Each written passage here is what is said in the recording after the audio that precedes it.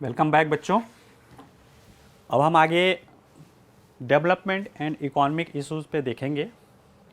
पहली ही न्यूज़ जो है हमारी वो है एक काइंड ऑफ सकारात्मक न्यूज़ है, पॉजिटिव न्यूज़ है। उसमें मूडीज़ एक रेटिंग एजेंसी है, काफ़ी प्रतिष्ठित है।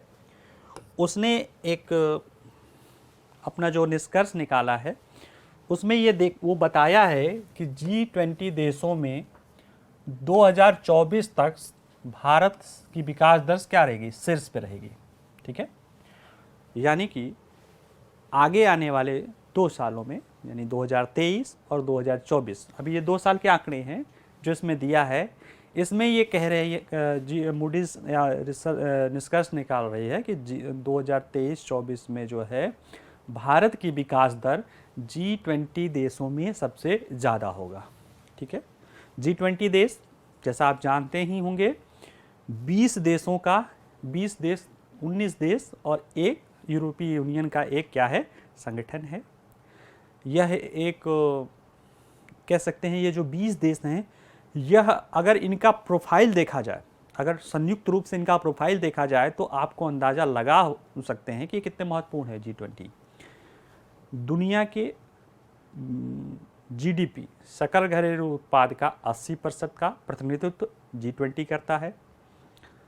टोटल व्यापार का 75% प्रतिनिधित्व G20 करता है और 60% जनसंख्या का प्रतिनिधित्व G20 करता है।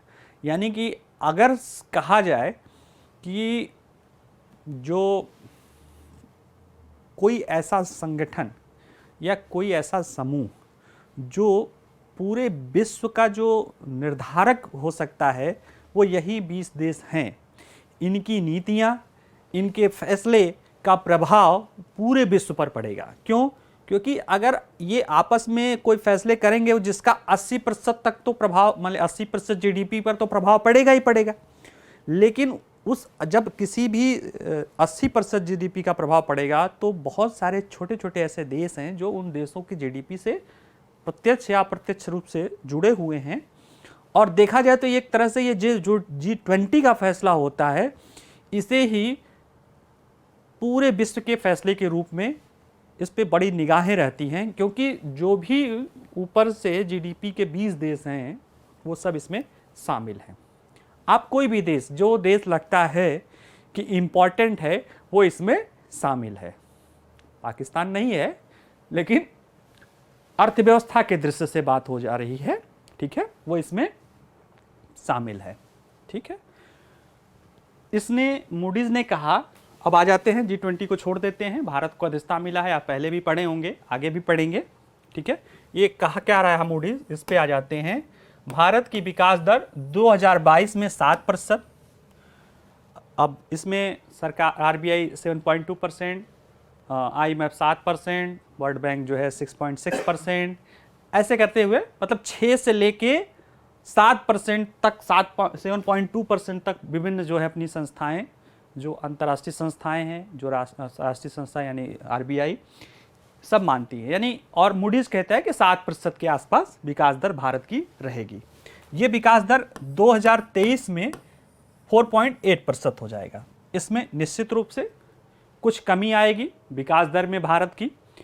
और दूसरा कारण ये है कि जैसे ये जो विकास दर ये ज़्यादा है, 7% दिख रही है, इसमें पीछे के बेस इफेक्ट भी शामिल होता है। जैसे आपको पता होगा 2021 आर्थिक रिसेशन का दौर, मतलब कोरोना के कारण बंदी का दौर था, पूरी व्यवस्था बंद थी या उसमें बहुत तरह मंदी थी, कमी आ गई थी।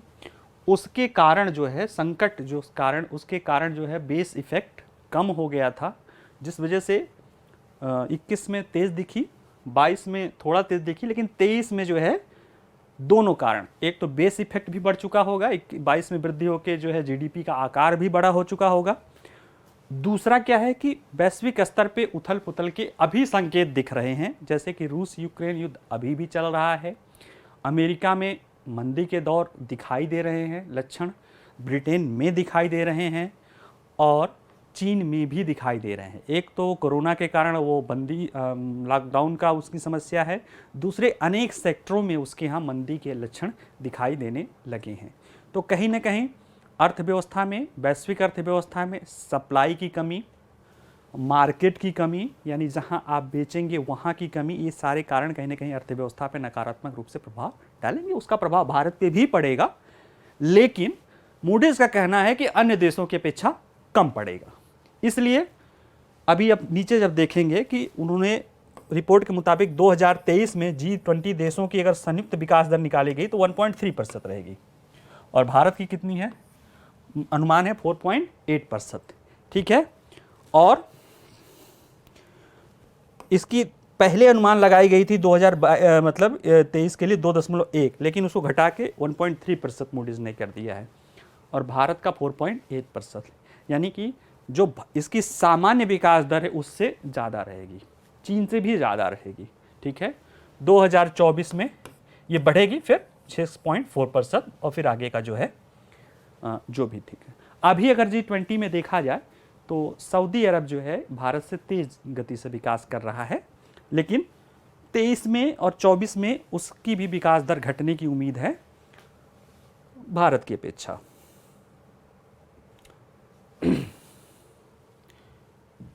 दो 2022 में इसी G20 देशों का जो भारत का बता रहा है कि, अब देखिए मैं भारत का लिख देते हैं, भारत का इसने बताया 7%, और G20 के सभी देशों का मिला के कितना है 2.5%।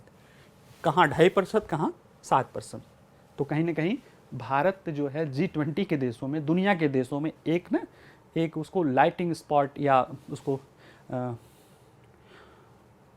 ग्लोबल उसको चमकीला, उसको ब्राइटनिंग स्पॉट उसको लोग बता रहे हैं, हमारे गृहमंत्री हमारे वित्त मंत्री बता रहे हैं, IMF बता रहा है। ठीक है, तो कहीं ना कहीं ये है। वही 2023 में अमेरिका और यूरोप की विकास दर मुख्य रूप से कमी आएगी, ये मूडीज बता रहा है। 24 में वैश्विक स्तर पर आर्थिक गतिविधियों में मामूली तेजी आएगी, लेकिन विकास दर 2.2% ही रहने का अनुमान है, जैसा उसने लगाया। ये G20 के लिए है, G20 के लिए विकास दर 23 में 1.3%, जो 24 में बढ़ के क्या हो सकता है 2.2% रहेगी। ठीक है, G20 के देशों में शामिल अमेरिका, चीन, जापान जैसी अर्थव्यवस्था की विकास दर में कमी देखी जा रही है, जबकि भारत और ब्राजील की विकास दर अधिक प्रभावित नहीं होती दिख रही है। उसके पीछे वजह क्या, जो मूडीज ने बताया कि भारत जो है अधिक, मतलब भारत ज़्यादातर घरेलू मांग पर निर्भर है। अर्थव्यवस्था में कोई उत्पादन होता है तो उसका खपत होता है।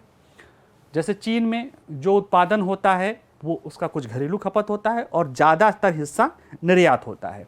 ठीक है, भारत में क्या होता है, जो उत्पादन होता है उसका ज़्यादातर हिस्सा अपने घरेलू स्तर पे ही खपत हो जाती है, निर्यात भी उसमें होता है। भारत निर्यात बढ़ाने का प्रयास कर रहा है, साथ साथ उत्पादन भी बढ़ाने का प्रयास कर रहा है। भारत में विकास दर बढ़ी क्यों रहेगी, क्योंकि जो घरेलू निर्यात जो है दुष्प्रभावित होगी, क्योंकि भाई अमेरिका में मंदी आ रही है, यूके में आ रही है, विकसित देशों में अगर मंदी आ रही है तो कहीं ना कहीं मांग घटेगी। लेकिन चूंकि भारत घरेलू अर्थव्यवस्था से प्रेरित है, ऐसे में भारत पे प्रभाव तो पड़ेगा, सप्लाई चेन पे भारत के प्रभाव तो पड़ेगा, भारत का निर्यात घटना लगेगा। अभी एक आंकड़ा देखेंगे तो दिखाई देने लगेगा, नीचे है। और भारत का जो विकास दर में जो जैसे खाद्य है, फ्यूल है, उसका जो है उसकी जो बढ़ा दाम जो है उसमें कहीं ना कहीं नकारात्मक रूप से प्रभावित करेगा। ठीक है, लेकिन पॉजिटिव ये है कि इसके बावजूद भी चूंकि हम घरेलू खपत आधारित अर्थव्यवस्था हैं, इसलिए हम बेहतर स्थिति में रहेंगे। इसी में मूडीज कहता है कि चीन की विकास दर 2022 में 3% रहेगी। पहले 3.5% का अनुमान लगाया था, लेकिन अब इसको घटा के क्या कर दिया, 3.5% कर दिया है, और बाद में ये और भी कम होने की संभावना है। एक छोटा सा न्यूज़ था, आप लोग जो है, हाँ, ये जो G20 वाला और वो वाला है, वो आप UPSC के मेंस पेपर में पेपर 3 में जो विकास दर वाला है ना, देश की अर्थव्यवस्था विकास दर संसाधन, उससे जुड़ा हुआ वो टॉपिक है, उसमें बेहतर चीज़ें आप है उसका, और साथ में प्री के लिए बहुत इम्पॉर्टेंट है। एक अभी एक रिपोर्ट आई है, ग्लोबल ट्रेड रिसर्च इनिशिएटिव करके एक संस्था, उसने एक रिसर्च किया है। FTA फ्री ट्रेड एग्रीमेंट में जैसे देश जो है वो, भारत अभी देख रहे हैं कि ऑस्ट्रेलिया के साथ फ्री ट्रेड पे बात कर रहा है, UAE के साथ कर रहा है, UK के साथ कर रहा है, अमेरिका पे भी बात चल रही है, विभिन्न देशों के साथ फ्री ट्रेड को लेकर बात चल रही है। उसमें ये कहा गया है कि फ्री ट्रेड का जो देखा गया है, जो इसने निकाला कि इसमें जो नए नए मुद्दे उसमें जोड़े जा रहे हैं विकसित देशों द्वारा, यानी जो दूसरा पक्ष है जोड़ रहा है, उसमें जैसे क्या है, अगर हम देखें उन मुद्दों को, तो जैसे इन आंकड़ों को देखिए, जैसे उसमें क्या क्या जोड़ा जा रहा है व्यापार में, पर्यावरण, श्रम, बौद्धिक संपदा अधिकार, आंकड़ों का रखरखाव, डिजिटल व्यापार, स्त्री पुरुष अनुपात, लघु मध्यम उद्योग, भ्रष्टाचार निरोधक उपाय, अच्छी नियम की व्यवस्था, टिकाऊ विकास, खाद्य प्रणाली आदि आदि आदि चीज़, ये सारी चीज़ें जरूरी हैं। भारत इस पर जोड़ रहा है, लेकिन इस संस्था ने माना है कि इन सारी चीज़ों से जुड़ने के कारण भारत का व्यापार जो है प्रभावित हो सकता है, क्योंकि भारत में इन सारी क्षेत्रों को लेकर अभी नियामकी कार्य हो रहे हैं, उनके बारे में हम अभी अपने नियम कानून बना रहे हैं, सीख रहे हैं। ऐसे में अगर हम किसी देशों से FTA में बंध जाएंगे तो हमारा तो एक तो निर्णय लेना प्रभावित हो सकता है, दूसरे दीर्घकालीन रूप से इसमें हम दुष्प्रभावित रह सकते हैं। ठीक है, ऐसा इसने कहा है। तो जब आप FTA पढ़ेंगे, इकोनॉमी में पढ़ रहे होंगे, तो उसमें एक कॉन्सेप्ट, मतलब एक ना उसको कह सकते हैं कासन के रूप में, एक उसको हिंदी में कासन ही मान लीजिए एक रोक के रूप में, अब शब्द नहीं प्रयोग हिंदी में आ रहा मुझे दिमाग में, इसका प्रयोग, इसको ध्यान में रखेंगे, इसका उदाहरण, इसका एग्जाम्पल हम वहाँ पे रखेंगे। ठीक है, हाँ, एक चुनौती के रूप में, चुनौती के रूप में कि जो समस्याएं आएंगी, उनमें एक समस्या ये भी है कि FATF में इन गैर व्यापारिक मुद्दों को जोड़ने से, जो ज़रूरी तो हैं लेकिन कहीं ना कहीं भारत के व्यापार को नकारात्मक रूप से प्रभावित करने की संभावना है। ठीक है, एक ये न्यूज़ था, इलेक्ट्रॉनिक्स क्षेत्र में बड़ा खिलाड़ी बन सकता है भारत। जैसे कि आपको पता है, सरकार जो है उसने जो है दुनिया की ग्लोबल चेन का हिस्सा बनने का, चीन प्लस की बात होने लगी है दुनिया पे। अभी तो चीन जो है ग्लोबल इकॉनमी का, उसको सप्लाई चेन कह सकते हैं कि वो पूरे दुनिया में जो भी इकॉनमी में सप्लाई चेन का ज़्यादातर इनपुट जो जाता है वो चीन से ही जा रहा है। ठीक है, भारत उस दिशा में बनने के लिए प्रयास कर रहा है, अपने यहाँ इंफ्रास्ट्रक्चर पे प्रयास कर रहा है, जैसे गति शक्ति योजना ला रहा है, पर्यावरण के लिए कानून ला रहा है, ऊर्जा के लिए, ग्रीन ऊर्जा के लिए काम कर रहा है, प्रोडक्ट लिंक्ड स्कीम ला रहा है ताकि जो है सेमीकंडक्टर्स क्या उसको जो है उत्पादन किया जा सके, फोटोवोल्टिक चीज़ें कर रहा है। ये सारी चीज़ें, जैसे सेमीकंडक्टर का ही उदाहरण देख लिया जाए, जहाँ 2014 में हम बहुत बड़े पैमाने पर निर्यात करते थे, आज कहीं न कहीं वो निर्यात कम हो रहा है। अच्छा, जो कोरोना काल में मंदी हुई, लॉकडाउन हुआ, उस लॉकडाउन में ये दिखा दिया कि केवल एक देश पे निर्भर होना, खासतौर से चीन पे, चीन की नीतियाँ अस्पष्ट हैं। वहाँ पे क्यों कोरोना आया, क्या हुआ, उसमें जो चीन ने सहयोग नहीं किया और उसके बाद में मनमाना जो है उसका वो किया, उससे कहीं ना कहीं, जैसे कोई चीज़ बनानी है, कोई कंप्यूटर ही बनाना है, उसके जो ट्रांजिस्टर्स हैं, जो सेमीकंडक्टर्स आ रहे हैं, वो सारे उधर चाइना और कोरिया और हांगकांग से आने हैं। उनमें जो बाधा उत्पन्न हुई, जिससे जो है जो अन्य निर्माण कार्य हैं वो प्रभावित हुए। ऐसे में दुनिया के देशों ने, खासतौर से अमेरिका और उसके सहयोगी देशों ने ये समझा कि इनका एक विकल्प ढूंढना पड़ेगा, और भारत ने भी अपने आप को एक बेहतर विकल्प के रूप में साबित किया है। क्यों? क्योंकि भारत में चूँकि हमेशा से व्यवस्था में एक पारदर्शिता रही है, नीतियों में स्पष्टता रही है, और चूँकि रूल्स ऑफ द लॉ भी हमारे यहाँ है और लोकतंत्र भी हमारे यहाँ है। ऐसे में जो G7 देश हैं, जो विकसित देश हैं, औद्योगिक देश हैं, उनको लगता है कि भारत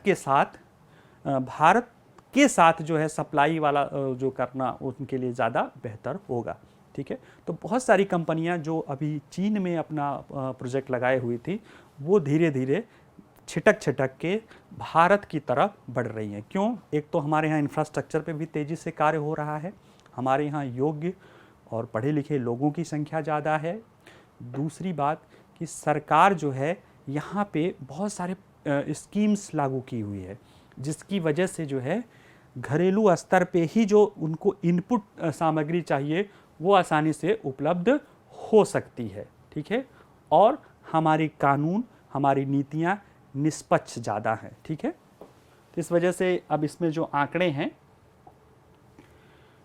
जैसे देखा जाए तो ये बेंगलोर में वो हो रहा था, वो हमारे लिए ज़्यादा नहीं। जो देखिए कि इलेक्ट्रॉनिक्स और सेमीकंडक्टर उत्पाद आज पूरे विश्व में 1.5 ट्रिलियन डॉलर, यानी कि 1500 बिलियन डॉलर है।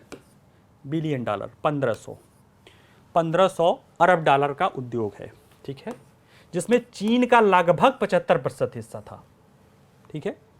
और 2 दशकों तक 75%, यानी कि लगभग आप मान लीजिए कि 1.2 ट्रिलियन या 1200 अरब डॉलर अकेले चीन का इस पे कब्जा था। और 2 दशक तक इसने इस पे पूरा क्या किया, एकाधिकार का आनंद लिया। लेकिन अब भारत ने क्या किया है, अब वो कोशिश कर रहा है कि हम इसको बदल देंगे, और उसने बहुत सारे प्रयास भी किए हैं। महामारी ने भी लोगों को समझाया है, उसके बाद जो लॉकडाउन हुआ है उसमें लोगों का ध्यान गया है, और भारत ने अपने लिए बहुत सारे प्रयास। हमारे लिए एक बेहतर संयोग है कि हम पहले से ही मेक इन इंडिया पर हमारा कार्यक्रम चल रहा था, सरकारें उस दिशा में प्रयासरत थीं, उस दिशा में लगातार कार्य कर रही थी। वैश्विक जो ग्लोबल कोरोना समस्या के कारण जो भारत ने दुनिया में अपनी एक ग्लोबल गवर्नेंस में अपनी योगदान दिया, चाहे कोरोना का मैनेजमेंट हो, चाहे वैक्सीनेशन का हो, चाहे दुनिया में वैक्सीन देने की बात हो, या जो उसकी पॉलिसीगत निर्णय हो उसमें, और जैसे जिस तरह से भारतीय अर्थव्यवस्था, इतनी बड़ी अर्थव्यवस्था इतनी तेज़ी से वो अपने विकास क्रम को आगे बढ़ी है, दुनिया को ये लगने लगा है कि भारत कहीं न कहीं चीन से बेहतर विकल्प है सप्लाई चेन के लिए, ठीक है। तो इसका भारत भी अब उसको फ़ायदा लेने के लिए पूरी तरह से तैयार है। उसके कुछ उदाहरण भी दिखने लगे हैं, जैसे 2014 में देश में बिकने वाले 92% मोबाइल उपकरणों का आयात किया गया था, जबकि 2022 में 97% मोबाइल उपकरणों का निर्माण देश में किया गया था, ठीक है। यानी जो भी हम मोबाइल यूज़ करते हैं, जो उसके उपकरण है, टूल्स हैं, वो 92% 14 में निर्यात करते थे। कहाँ से? चीन से, हांगकांग से, कोरिया से। अब जो है 2022 के आंकड़े की हैं कि 97% जो मोबाइल उपकरण हम इस्तेमाल कर रहे हैं वो भारत में ही बन रहे हैं, ठीक है। 2014 में देश का जो इलेक्ट्रॉनिक पारिस्थितिकी तंत्र था वो 10 बिलियन डॉलर रखा गया था। 2022 में बढ़कर ये 75 बिलियन डॉलर हो गया है, यानी कि 8 सालों में लगभग 7.5 गुना इलेक्ट्रॉनिक्स तंत्र, इलेक्ट्रॉनिक्स जो मार्केट है भारत में तेज़ी से डेवलप हुआ है। 8 गुना, 7.5 गुना 8 सालों में, यानी लगभग 90-80% का ग्रोथ रेट इसने गेन किया है पिछले 8 सालों में। और 2025-26 तक इसे 300 बिलियन डॉलर, यानी कि अगले 3 से 4 सालों में इसके 4 गुना तक होने की उम्मीद है। बात समझ में आ रहा है? क्यों? क्योंकि अभी देख रहे हैं कि अभी ही 1500 बिलियन डॉलर का क्या है, वो पूरा व्यापार है। तो उसमें अभी 75 डॉलर, यानी कि हम कहीं ना कहीं 75 बिलियन डॉलर, यानी कहीं ना कहीं हम कितना है, 5% है। और 300 होंगे और वो भी बढ़ेगा, तो ये अगर 300 हैं और वो स्थिर भी रहा तो हम 20% हुए। तो ये कोई ऐसा लक्ष्य नहीं है कि जिसे प्राप्त नहीं किया जा सकता है। अगर देखें कि 10 से 75 होने में हमें 8 साल लगा है, तो इस दर से आसानी से हम इसे प्राप्त कर सकते हैं, ठीक है। और भी क्या कहा उन्होंने, इलेक्ट्रॉनिक्स और सेमीकंडक्टर क्षेत्र में पिछले 3 वर्षों में भारत में आए 66% एफडीआई। जितने एफडीआई आए हैं, फॉरेन डायरेक्ट इन्वेस्टमेंट, 2 तरह के investment, foreign FPI, portfolio investment, जो कि इनडायरेक्ट आते हैं, शेयर मार्केट में आते हैं, और डायरेक्ट इन्वेस्टमेंट एफडीआई, जो कि पूंजी के रूप में आते हैं, उसमें कंपनी लगती है या दीर्घकालीन हिस्सेदारी लेते हैं, तकनीक आदि भी आती है। ये जो भी हमारे 3 सालों में आए हैं उसका 66% हिस्सा क्या है, इलेक्ट्रॉनिक्स क्षेत्र में आया है। तो कहीं ना कहीं दुनिया की जो और देश, विकसित देश हैं, जो उनकी कंपनियां हैं, बहुराष्ट्रीय कंपनियां, उनको ये लगने लगा है कि भारत सप्लाई चेन में, इलेक्ट्रॉनिक्स उद्योग में एक बेहतर विकल्प बन सकता है। ठीक है, हमारे लिए पॉजिटिव चीज़ें हैं। एक ये न्यूज़ है, पॉजिटिव ही था, बहुत दिनों बाद ये इसमें ये आया है, थोड़ा पहले भी जो है कि 14.72 बिलियन डॉलर की भारी वृद्धि के साथ अगस्त 2021 के बाद विदेशी मुद्रा भंडार में सबसे तेज गति से वृद्धि हुई। ठीक है, इसके पहले भी वृद्धि हुई थी, जस्ट इसके एक सप्ताह पहले ये वीकली आता है। इसमें जैसा कि आपको पता ही होगा, नहीं होगा तो हम बता देते हैं कि विदेशी मुद्रा भंडार में विदेशी मुद्रा होती है, फॉरेस्ट करेंसी एसेट, जिसमें डॉलर और 5-6 और जैसे एन है, चीन की युआन है, पाउंड स्टर्लिंग है, यूरो आदि है, मुद्राएं होती हैं, वो शामिल होती हैं। जो गोल्ड रिजर्व होता है आरबीआई के पास, वो शामिल होता है। जो आईएमएफ के पास एसडीआर होता है, वो शामिल होता है। ये सारी चीज़ें मिलके फॉरेन करेंसी एसेट, विदेशी मुद्रा भंडार बताती हैं। इसमें बढ़ोतरी देखी गई है। क्यों? क्योंकि जो हमारा फॉरेन करेंसी एसेट, विदेशी मुद्रा अस्तियाँ थी, जिसमें जो 5-6 जो है विदेशी मुद्रा अस्तियाँ थी, उसमें उल्लेखनीय वृद्धि देखी गई है। ठीक है, विदेशी मुद्रा संपत्ति अस्थि जो है 11.8 अरब डॉलर की क्या है, वृद्धि देखी गई। यानी कि जो 14.72 अरब डॉलर की वृद्धि है उसमें, इसी में। तो ये वृद्धि क्या कहीं से आई? नहीं, हुआ क्या है कि डॉलर कहीं ना कहीं कमज़ोर हुआ है। डॉलर के रेट जो तेज़ी से बढ़ रहे थे, अमेरिका में मुद्रास्फीति थी, उसके लिए अपने डॉलर्स को वहाँ की केंद्रीय बैंक फेडरल रिजर्व उसको खरीद रही थी, सख्त कर रही थी, ब्याज दर बढ़ा रही थी कि मुद्रास्फीति को काबू पाया जा सके। उसकी वजह से डॉलर की मांग बहुत तेज़ी से वहाँ बढ़ रही थी, जिस वजह से डॉलर के मुकाबले दुनिया की और करेंसी तेज़ी से घट रही थी। उसमें रुपया भी घट रहा था और करेंसियाँ ज़्यादा तेज़ी से घट रही थी। तो हमारे पास जैसे 100 एन है, या 100 पाउंड है, 100 पाउंड की कीमत मान लिया पहले $120 था, अब डॉलर अगर हो गया तो वो $125, तो डॉलर टर्म में ये बढ़ गया। ठीक है, इसी तरह से सोना का भी दाम बढ़ा है, तो सोना का भी दूसरा स्थान पे सोना का, स्वर्ण भंडार में इसके मूल्य बढ़े हैं। ठीक है, और तो इसका कारण क्या है कि जो डॉलर बढ़ रहा था ना तेजी से, उसका बढ़ना रुका है। क्यों? क्योंकि अमेरिका में कहीं ना कहीं मुद्रास्फीति के जो आंकड़े थे वो कम हुए हैं, यानी जो लग रहा था कि ज़्यादा होंगे वो थोड़े संतुलित हुए हैं। और जैसे जैसे वहाँ की स्थिति संतुलित होती जाएगी, डॉलर के रिस्पेक्ट में अन्य मुद्राएं महंगी होती जाएंगी, रुपया भी महंगा होता जाएगा, ये अपने आप जो है आंकड़ा बढ़ता जाएगा। क्योंकि फिर रुपये को बहुत ज़्यादा मजबूत भी हो जाएगा रुपया, डॉलर बहुत सस्ता भी हो जाएगा। तो फिर चूँकि यूँ मार्केट ऑपरेशन के थ्रू ही जो है आरबीआई कर सकती है, क्योंकि डॉलर महंगा हुआ यानी डॉलर मजबूत हुआ तो आयात महंगा हुआ, लेकिन निर्यात हमारा सस्ता हुआ। सस्ता हुआ तो चीज़ मांग बढ़ गई, है ना। लेकिन आयात ज़्यादा हमारा होता है, इसलिए हम पे ज़्यादा प्रेशर आया। और अब डॉलर कमज़ोर होगा तो आयात सस्ता होगा, ये तो अच्छी बात है, लेकिन हमारा निर्यात क्या होगा, महंगा होगा। और हम उत्पादन तो करेंगे ना, उत्पादन ठीक है, सस्ती चीज़ें इनपुट तो ले लेंगे, लेकिन हमें बेचना भी, उत्पादन भी तो करना। उत्पादन हमें घरेलू भी उपयोग करना है और बाहर भी बेचना है। ऐसे में एक लिमिट से ज़्यादा रुपए को महंगा भी, मतलब डॉलर को गिरने भी नहीं देती हैं किसी देश की मार्केट में। एक ज़रूरत से ज़्यादा गिरना ठीक नहीं है। ऐसे में फिर क्या करेगा आरबीआई? जो डॉलर क्या कर रहा था, बेच रहा था, डॉलर बेच रहा था, वो क्या करेगा, डॉलर खरीदना धीरे धीरे शुरू कर देगा। और जब डॉलर खरीदना शुरू कर देगा तो डॉलर की रेट धीरे धीरे बढ़ने लगेगी। तो ये और भी बढ़ने लगेगा। अभी तो सिर्फ उन अस्थियों के कारण बढ़ रहा है। ठीक है, तो आगे जो होगा वो डेवलपमेंट दिखा जाएगा। ठीक है, तो ये एक न्यूज़ था। थोक मूल्य सूचकांक, हालांकि आरबीआई जो मुद्रास्फीति के लिए जो अपने पॉलिसी बनाती है, मॉनेटरी पॉलिसी, उसमें वो उपभोक्ता मूल्य सूचकांक को लेती है, लेकिन थोक मूल्य सूचकांक का भी उस पर बड़ा असर पड़ता है। क्यों? क्योंकि थोक मूल्य सूचकांक यानी जो हमारा जो रिटेलर है वो किस दाम पे चीज़ें थोक से खरीदता है, फिर रिटेलर जिस दाम पे लोगों को बेचता है वो हो गया उपभोक्ता मूल्य सूचकांक। ठीक है, तो अगर रिटेलर को ही चीज़ें महंगी मिलती हैं तो उसमें कुछ चीज़ों को वो एब्जॉर्ब करता है, या वो डायरेक्ट अगर पास कर सकता है तो पास करता है। लेकिन अक्सर देखा गया है कि ज़रूरत से ज़्यादा महंगी चीज़ें हो जाने पर रिटेलर क्या करता है, थोड़ा सा एब्जॉर्ब करता है और बाकी चीज़ों को पास ऑन हो जाने देता है।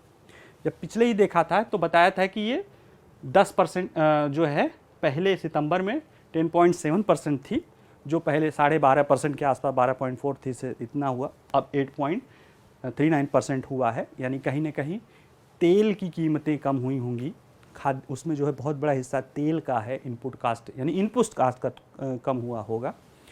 आपने ये ध्यान दिया होगा कि भारत बहुत बड़ी मात्रा में रूस से डिस्काउंट आयल ले रहा है, डिस्काउंट कीमत पे तेल खरीद रहा है। ऐसे में रूस से इतना तेज़ी से तो हमारा इंपोर्ट बिल तो सस्ता हुआ, रुपए में भी ले रहा है। उसका प्रभाव ये हुआ कि और जो हमें जिन देशों से हम तेल ले रहे थे वहाँ पे हमने अपनी मांग को क्या कर दिया, कम कर दिया, तो वो भी हमें डिस्काउंट रेट पे तेल देने के लिए तैयार हो गए। यानी कि अभी ओपेक प्लस ने जो तेल का उत्पादन घटाया था 20 लाख बैरल पर डे का, उससे उनको उम्मीद थी कि उनकी कीमत $100 के ऊपर रहेगी। लेकिन अगर देखा जाए तो अक्टूबर तक जो है, अब अक्टूबर में माह में जो रसिया से डिस्काउंट आयल लेने और उसके प्रभाव से जो उन देशों ने, कंपनियों ने, जो है देशों ने भारत को ऑफ़र किया है कि हम आपको डिस्काउंट पे देंगे, उसके सम्मिलित प्रभाव से ये रहा कि $90 के आसपास भारत को पर बैरल तेल उपलब्ध हो रहा है।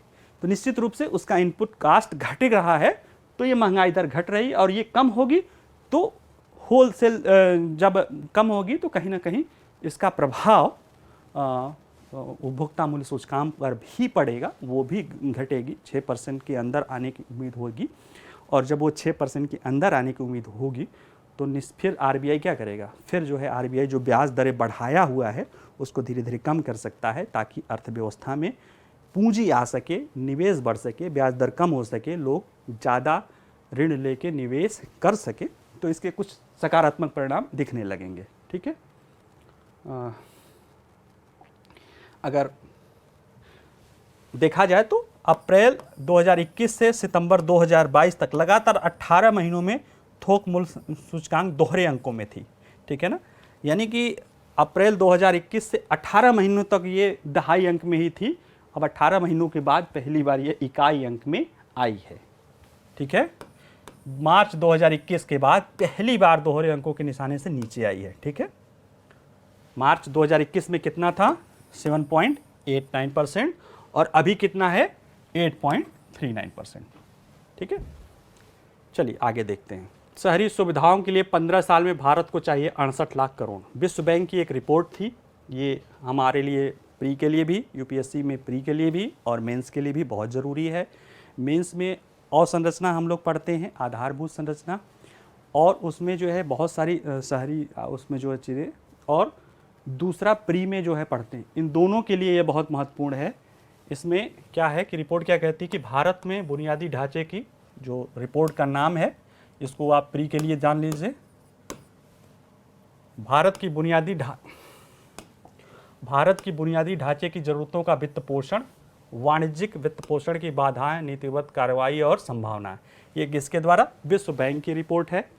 इसमें यह माना गया है कि अगले 15 सालों में क्या रिपोर्ट कहा गया है, $840 बिलियन या तकरीबन 68 लाख करोड़ रुपए की निवेश की ज़रूरत होगी। और जब इसे 15 साल का निकाला तो प्रतिवर्ष $55 बिलियन या 4.4 लाख करोड़, यानी 4,40,000 करोड़ रुपए प्रतिवर्ष शहरों में बुनियादी ढांचों की जो ज़रूरत के लिए वित्त पोषण की आवश्यकता होगी उसके लिए होगी। और ये रिपोर्ट क्या क्या कहता है, ये रिपोर्ट कहता है कि वित्तीय अंतराल को पूरा करने के लिए जल्दी और ज़्यादा निजी और वाणिज्यिक निवेश की ज़रूरत होगी।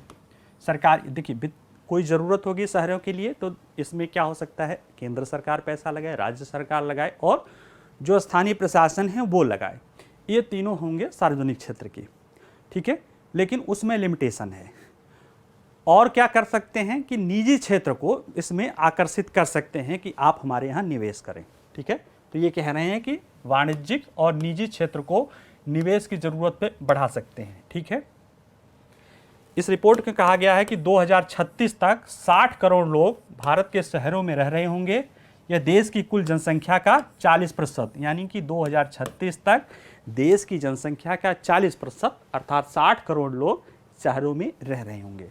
जब इतने लोग शहरों में रहेंगे तो शहर के इंफ्रास्ट्रक्चर और संरचना जैसे कि सड़क, बिजली का कनेक्शन, पानी का कनेक्शन, पर्यावरण जो है प्रदूषण रोकथाम, कूड़ा कचरा निपटान आदि तंत्रों पे क्या होगा, भारी दबाव पड़ेगा। ठीक है, क्या होगा, स्वच्छ पेयजल की समस्या, निर्बाध बिजली आपूर्ति, सुरक्षित सड़क परिवहन आदि बढ़ेगी। इसके लिए ही कह रहा है कि इसी के लिए ही 2036 यानी 21 से देख लीजिए तो 15 साल के लिए इन 60 करोड़ लोगों के लिए बेहतर शहरी अवसंरचना देने के लिए कितना चाहिए,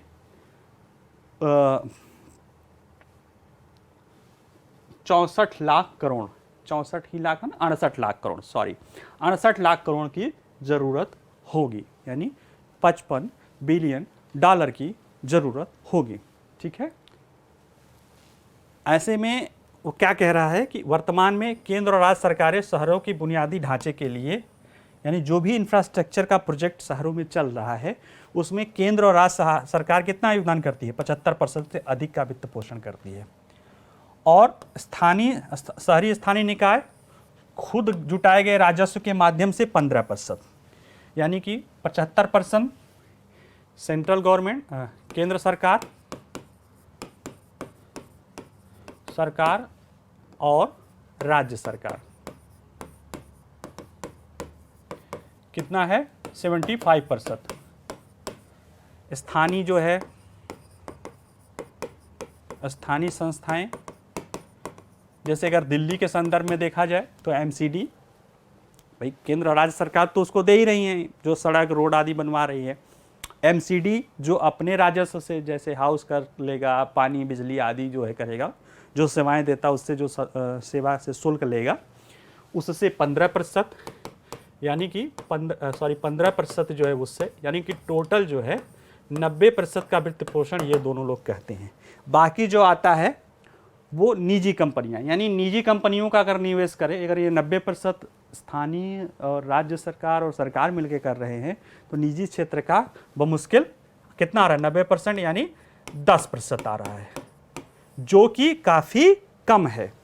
और इसमें भी देखा गया कि भारतीय शहरों की आधारभूत संरचना की जरूरत है, जो आधारभूत संरचना की जरूरत है उसमें इनका योगदान सिर्फ 5% है, यानी बाकी 5% ये ऋण ही लेते होंगे, ज़रूरत है, जो कि बहुत कम है। देख लीजिए क्या क्या सुझाव इसने दिया है। बड़े पैमाने पर बुनियादी ढांचा परियोजनाओं को चलाने के लिए शहरी एजेंसियों की क्षमताओं का विस्तार करने की सिफारिश की गई है। 10 सबसे बड़े यूएलबी अर्बन जो हाल में 3 वित्तीय वर्षों में अपनी कुल पूंजीगत बजट का केवल 2/3 खर्च कर सके हैं, जो बड़ी स्थानीय निकाय हैं, अर्बन लोकल बॉडीज़ बड़े जो है 10 बड़े, वो 3 वित्तीय वर्षों में जो उनको पूरा पूंजी बजट दिया गया है उसके 2/3 खर्च कर पाए हैं। उसमें कोरोना काल भी आ गया था, आप उसको 1-2 साल निकाल दीजिए, फिर भी ये बहुत, मान लिया कोरोना नहीं होता तो ये आंकड़े थोड़े बढ़ के 80% आ जाते, तब भी ये है कि अपने पूरे बजट जो उनके लिए और संरचना के लिए निर्धारित किया गया था उसको नहीं कर पाए हैं। तो इसके लिए जो है ठोस नियम कायदों का होना चाहिए ताकि और दूसरा क्या है कि राजस्व संग्रह करने की उनकी अक्षमता, इसमें 2 कारण हैं। एक, जो सेवाएं, चूंकि देखिए भारत चूंकि एक विकासशील देश है और प्रति व्यक्ति आय यहाँ अभी भी काफ़ी कम है। ये ठीक है कि हम 5वीं सबसे बड़ी अर्थव्यवस्था हो गए हैं, लेकिन प्रति व्यक्ति आय में अभी भी हम काफ़ी कम हैं।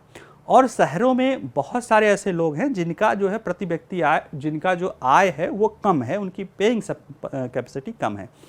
और एक तो ये है कि कम है, दूसरा राजनीतिक और कारणों से ये जो स्थानीय निकाय हैं वो जो सेवाएं देते हैं उसके लिए जो अपना वो कास्ट लेना चाहिए लोगों से वो नहीं ले पाती हैं। जैसे कि गृह कर राज्य स्थानीय निकायों का आय का एक बहुत बड़ा साधन होता है, जो वाटर पेयजल सप्लाई करती हैं वो भी बहुत बड़ा एक साधन होता है। लेकिन राजनीतिक कारणों से या उसमें कह सकते हैं कि पेइंग कैपेसिटी कम होने के कारण कहीं ना कहीं वो उसकी बहुत ज़्यादा कीमत, उसकी उचित कीमत नहीं ले पाते हैं, जिससे क्या होगा कि इनकी आय, स्थानीय निकायों की आय घटेगी। जब आय घट जाएगी तो इनके लिए जो आगे आने वाली ज़रूरतों के लिए इंफ्रास्ट्रक्चर है उसको ये पूरा करने में सक्षम नहीं हो पाते हैं। ठीक है, चूंकि ये आय भी कम करते हैं, इनकी अक्षमता है, इनका रेवेन्यू नहीं है, इसलिए निजी क्षेत्र भी इसमें नहीं आते हैं, क्योंकि उनको पता है कि माना कोई सड़क बन रही है, हम उसमें पैसा लगा दें, हम व्यापारी हैं, हम पैसा लगा दें, लेकिन उससे सरकार जब उस पर कोई चार्ज ही नहीं लेगी, उससे कोई कलेक्शन ही नहीं लेगी, तो फिर हमारे निवेश का रिटर्न कैसे प्राप्त होगा। तो एक तो अगर उनकी अक्षमता या नियम कानून नहीं होना या उनका जो कीमत है वो कम होने के कारण एक तो खुद ब खुद उनकी आय कम हो रही है, दूसरे निजी क्षेत्र भी वित्त पोषण के लिए आगे नहीं आ रहे हैं। तो ये रिपोर्ट क्या सलाह देगी, उसमें ये सब आंकड़े हैं, देख लीजिएगा। निजी क्षेत्र ये सलाह देगी कि ये जो सेवाएं स्थानीय लोकल बॉडी सेवाएं दे रही हैं, इन सेवाओं का जो कीमत निर्धारित हो वो उचित हो, इतना हो कि उनको भी आय हो और निजी क्षेत्र को भी उसमें क्या कर सके, आकर्षित कर सके। ठीक है, कई सारे जगह ऐसा है कि निजी क्षेत्रों को कोई एक पार्क दे दिया जाता है, कोई रोड दे दिया जाता है कि आप इसका मेंटेनेंस करो, इनको बनवाओ, और इन पे जो भी आय होल्डिंग्स आदि के तहत जो है, प्रचार विचार के तहत जो भी आय होता है, आप उसको लो, कई स्थानीय लोकल बॉडी ने स्थानीय स्तर पे ऐसे प्रयोग किए हैं। तो कुल मिला के ये रिपोर्ट ये कहना चाह रहा है कि इतना बड़ा जो 68 लाख करोड़ का जो 15 सालों में खर्चा है, ज़रूरत है, उसको केवल सरकार के बूते पूरा कर पाना संभव नहीं है। इसको त्वरित रूप से पूरा करने के लिए आवश्यक है कि इन स्थानीय संस्थाओं में ऐसे कानून नियम बने कि जो ये सेवाएं दे रही हैं उसका ये उचित प्रतिफल प्राप्त कर सके, ताकि इनकी भी आय बढ़े, ताकि इनका निवेश बढ़े, जो अभी 15% है वो बढ़े। दूसरा, जो निजी क्षेत्र भी आकर्षित हो वहाँ पे निवेश करने के लिए, इंफ्रास्ट्रक्चर में निवेश करने के लिए। जैसे NHAI है, NHAI रोड बनाती है और टोल्स वसूलती है। NHAI का कोई भी प्रोजेक्ट लॉस में नहीं है। अगर परचेसिंग पावर लोक निजी भागीदारी के आधार पर देखा है, ट्रिपल रेटिंग है। उसके कोई भी प्रोजेक्ट आते हैं, कोई भी बॉन्ड्स आता है, वो 2 गुना 3 गुना ज़्यादा उसको लोग सब्सक्राइब कर लेते हैं। क्यों? क्योंकि निवेशकों को पता है, एक तो NHAI का ही है कि हम 7.5-8% रिटर्न देंगे, जो आम लोगों के लिए आता है। जो कंपनियां हैं उनको भी पता है कि NHAI में अगर हम इसमें निवेश कर रहे हैं तो हम नियर फ्यूचर में हमारा निवेश सुरक्षित भी रहेगा और हम अपने से बेहतर आय अर्जित कर सकते हैं, यानी हम अपने निवेश पर अच्छा रिटर्न प्राप्त कर सकते हैं। इसलिए NHAI को कोई भी प्रोजेक्ट बनाने में कोई दिक्कत नहीं आती है। हमारे गडकरी जी कहते हैं कि आप तो सिर्फ प्रोजेक्ट लाओ, हम तो उसको, हमारे पास बहुत पैसा है। तो कहाँ से पैसा है? सरकार की बहुत ज़्यादा नहीं, उन्होंने निजी क्षेत्र को उसमें जोड़ा है। निजी क्षेत्र उसको बनाएगा और कुछ हिस्सा वो सरकार को देगा, कुछ हिस्सा अपने पास रखेगा। अगर वो जैसे 20 से 30 साल के लिए होता है सामान्य तौर से, वो बिल्ड ऑपरेट ओन ट्रांसफ़र वाला जो है परियोजना। इसके बाद क्या होता है कि उस क्षेत्र के जहाँ से वो गुजरती है इंफ्रास्ट्रक्चर, उस क्षेत्र का विकास होता है, लोगों का समय बचता है, संसाधन बचता है, फ्यूल बचता है, उससे जो है हमारा आयात बिल घटता है, और साथ में क्या होता है, उस एरिया का विकास होता है। ठीक है, और जो निजी क्षेत्र है वो निवेश करता है, रिटर्न पाता है, तो उस रिटर्न से फिर प्रोत्साहित होता है, वो कहीं और निवेश करने के लिए क्या होता है, तैयार हो जाता है। तो कुल मिला के जो स्थानीय निकाय हैं, जो स्थानीय ज़रूरतें हैं शहरी क्षेत्रों के लिए आगे 15 साल 2036 तक, जब 60 करोड़ आबादी शहरों में रहेगी, 40%, उसके लिए आवश्यक है कि जो 68 लाख के आसपास जो विश्व बैंक की अनुमान लगाया है, उसके लिए आवश्यक है कि स्थानीय निकाय जो सेवाएं दे रही है, जो इंफ्रास्ट्रक्चर आदि सेवाएं दे रही हैं, उनका उचित मूल्य निर्धारण करें, राजस्व नीति ऐसी हो जिससे कि निजी क्षेत्र को भी आकर्षित किया जा सके। ये 2 ही मेन इसके चीज़ें हैं। केंद्र सरकार ने सुप्रीम कोर्ट में कहा, अभी एक मामला था जो है खाद्य सुरक्षा अधिनियम को लेके, जो है आपका ये बहुत इंपॉर्टेंट टॉपिक है। यूपीएससी के GS पेपर 3 में खाद्य सुरक्षा, पब्लिक डिस्ट्रीब्यूशन सिस्टम उसका जो हिस्सा है, उसका एक डायरेक्ट उदाहरण है। उसमें सुप्रीम कोर्ट ने क्या बताया है, साल 2013 में जो राष्ट्रीय खाद्य सुरक्षा अधिनियम लागू किया गया था, उससे भारत में प्रति व्यक्ति आय में वास्तविक रूप से 33.4% की वृद्धि हुई है, ये सरकार ने एक हलफनामे में कहा है। ठीक है, बाकी इसके डिटेल में पढ़ लीजिएगा। मेन ये है कि ये आपकी जो है खाद्य सुरक्षा और जो पब्लिक डिस्ट्रीब्यूशन सिस्टम या जो सरकार ने अपनी योजना लाया है गरीब अन्न, प्रधानमंत्री गरीब कल्याण योजना, जो अन्न धन योजना, उसके लिए ये उसके क्या है सकारात्मक पहलुओं को दिखा रहा है। ये दिखा रहा है कि इससे कहीं ना कहीं प्रति व्यक्ति आय में वास्तविक रूप से 33.4% की वृद्धि हुई है। ठीक है, जब प्रति व्यक्ति आय में वृद्धि होगी तो निश्चित रूप से होलिस्टिक रूप से लोगों की आय बढ़ेगी, तो लोग खर्च करेंगे। कैसे वृद्धि हुई प्रति व्यक्ति में? एक, जो उनको राशन मिल रहा है ना, उस पर खर्चा कम हुआ। ठीक है, खर्चा कम हुआ तो जो उनके पास उस राशन पे जो खर्चा ज़्यादा होता था, उन्होंने उसको बचत किया। बचत तो क्या किया है? निवेश किया। तो कहीं ना कहीं निवेश हुआ, उससे कुछ और चीज़ें प्राप्त हुई। ठीक है, तो इस वजह से उनकी प्रति व्यक्ति आय में वृद्धि हुई है। कह रहा देखो कि केंद्र सरकार ने कहा कि लोगों की प्रति व्यक्ति आय में इस वृद्धि ने बड़ी संख्या में परिवारों को उच्च आय वर्ग में ले लिया। प्रवासी श्रमिकों के कल्याण के लिए मामला था। ठीक है, इसमें प्री का सूचना 10 सितंबर 2013 को राष्ट्रीय खाद्य सुरक्षा अधिनियम 2013 को लागू किया था। इसका उद्देश्य क्या था? उद्देश्य था लोगों को आत्मसम्मान के साथ जीवन जीने के लिए सस्ती कीमतों पर गुणवत्तापूर्ण भोजन की पर्याप्त मात्रा तक पहुंच सुनिश्चित करके मानव जीवन चक्र में खाद्य और पोषण सुरक्षा प्रदान करना है। ठीक है, इसमें TDS, TPDS, targeted public distribution system के तहत रियायती खाद्यान्न प्राप्त करने के लिए ग्रामीण आबादी के 75% और शहरी आबादी के 50% तक कवरेज प्रदान करता है। ठीक है, इसमें तथ्य है कि 8 वर्षों में 4.7 करोड़ राशन कार्ड जोड़े गए हैं और NFSA के तहत समग्र राष्ट्रीय सीमा में 18.4 करोड़ लाभार्थी इससे हैं। यानी कि अगर 1.3 या 1.4 अरब जनसंख्या, 130-140 करोड़ की अगर जनसंख्या माना जाए, तो उसमें 81.4 करोड़ लोग इस योजना से लाभार्थी हैं। ठीक है, 21 अगस्त तक वास्तविक राष्ट्रीय कवरेज लगभग 79.1 लाख करोड़ का है। ठीक है, अभी इसमें ये कह रहा है कि 1.6 करोड़ उसमें और जोड़ा जा सकता है, क्योंकि ये वास्तविक 79.8 है तो 81.4 है, तो इसमें और जोड़ा जा सकता है। ठीक है, तो इसलिए उसको आप देख लीजिएगा। ये एक न्यूज़ था जो कि पशुपालन आपके मेंस का टॉपिक है, यूपीएससी के मेंस के पेपर जीएस पेपर 3 का, उसमें पशुपालन और कृषि आदि में। तो इसमें यह है कि पशुपालन विभाग ने जो है, आपने गति शक्ति राष्ट्रीय मास्टर प्लान आपने पढ़ रखा होगा, नहीं है तो अवसंरचना से जुड़ा है, पीछे मैंने पढ़ा चुका हूँ, आगे भी आएगा बता देंगे।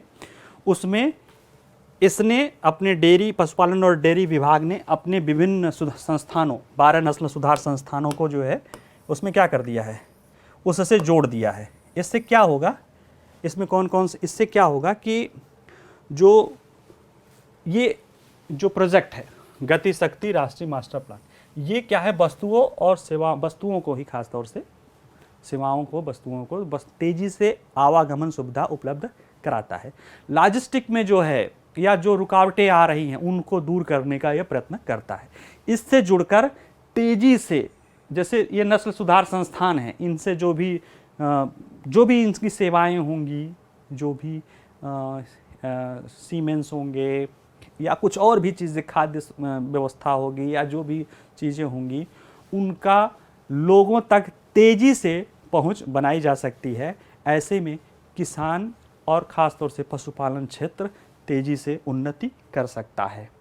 सिर्फ इसी से नहीं, इसमें जुड़ने का क्या है कि अब दूध के कलेक्शन सेंटर या डेयरी, अब जैसे अमूल है, वो हर जगह तो बड़े प्लांट नहीं लगा रही है, लेकिन उसको अगर जैसे इससे जुड़ जाती है, इससे जुड़ जाते हैं, तो उस जब ये गति शक्ति तेज़ी से काम करने लगेगा, एक मल्टी मॉडल कनेक्टिविटी हो जाएगा लॉजिस्टिक का, तो उसके बहुत सुदूर रिमोट एरिया से भी दूध की उचित कीमत किसानों को प्राप्त हो सकती है और वहाँ से दूध जो है तेज़ी से अमूल या मदर डेयरी या बड़े बड़े प्लांटों में आएगा और वहाँ से प्रोसेस होकर शहरों तक चला जाएगा।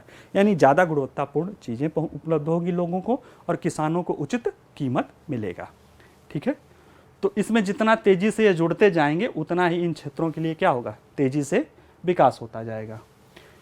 अगर हम पशुधन के महत्व को देखते हैं अर्थव्यवस्था में, इसमें कृषि क्षेत्र के जो महत्व हैं उसके जीबीए का, जीबीए होता है सकल वैल्यू एडिशन, सकल मूल्य वर्धन, उसको ग्रॉस वैल्यू एडिशन बोलते हैं, का 1/3 हिस्सा क्या है, पशुपालन से प्राप्त है। यानी कृषि क्षेत्र का जो भी ग्रॉस वैल्यू यानी सकल मूल्य वर्धन, या जिसे सामान्य तौर से जीडीपी भी कह दो, सामान्य तौर से उसमें कई सारी चीज़ें हैं, कर दो, उसका 1/3 हिस्सा जो है क्या है, पशुपालन क्षेत्र से आता है। और इसका CAGR 8% से ज़्यादा है, यानी कि जो निवेश होगा उसमें रिटर्न दर 8% से ज़्यादा है।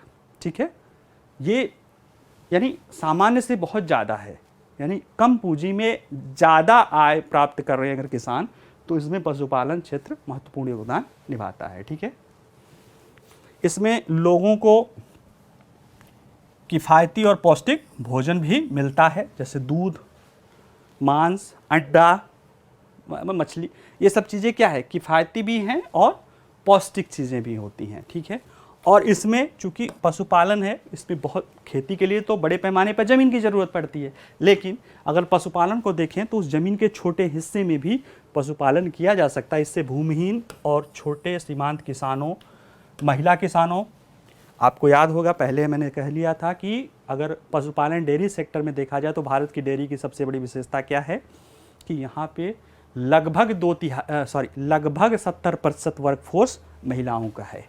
यानी कि अगर पशुधन विकास होगा, कृषि का तेज़ी से विकास होगा। क्यों? क्योंकि इसका CAGR 8% से ज़्यादा है। दूसरा, इसमें किफ़ायती और पौष्टिक भोजन यानी भोजन खाद्य सुरक्षा मजबूत होगा, और इसमें से भूमिहीन, छोटे और सीमांत किसान और महिलाओं की तरक्की बढ़ेगी। ठीक है, और रोज़गार, आय तो आप समझ लीजिएगा।